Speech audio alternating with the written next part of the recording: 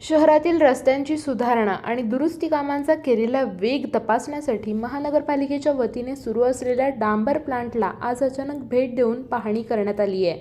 भाडेतत्त्वावर चालू असलेला हा डांबरीकरण प्रकल्प पूर्ण क्षमतेने कार्यरत आहे की नाही याची सखोल तपासणी अधिकाऱ्यांनी केली. शहरातील रस्ते डांबरीकरणाच्या कामांना तातडीने गती देण्याच्या सूचना यावेळी देण्यात आल्या. रस्त्यांची सर्व कामे 31 डिसेंबरपूर्वी पूर्ण करून शहरातील सर्व रस्ते सुस्थितीत करावेत असा कठोर आदेश देण्यात आला आहे. रस्त्यांच्या कामात कोणतीही ढिलाई चालणार नसून तक्रारी आल्यास थेट जबाबदारी संबंधितांवर निश्चित केली जाईल असा स्पष्ट इशारा यावेळी देण्यात आला आहे.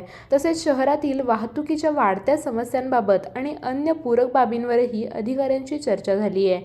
डांबर प्रकल्पाच्या माध्यमातून रस्ते विकासासाठी लागणारे साहित्य पुरेसं आणि दर्जेदार उपलब्ध व्हावं यासाठीही विशेष निर्देश देण्यात आले.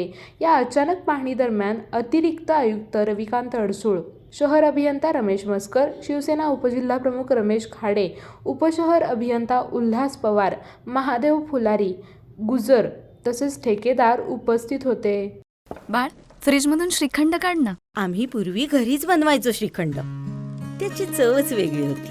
आता काय सगळं रेडीमेड. आजी, हे श्रीखंड खाऊन बघ. आज तुझ्या आईनं घरीच बनवलं की काय? हे आहे गोकुळचं श्रीखंड. अगदी जिभेवर रेंगाळणार. जिभेवरच नाही तर मनावरही रेंगाळणार. गोकुळ श्रीखंड, मनावर रेंगाळणार.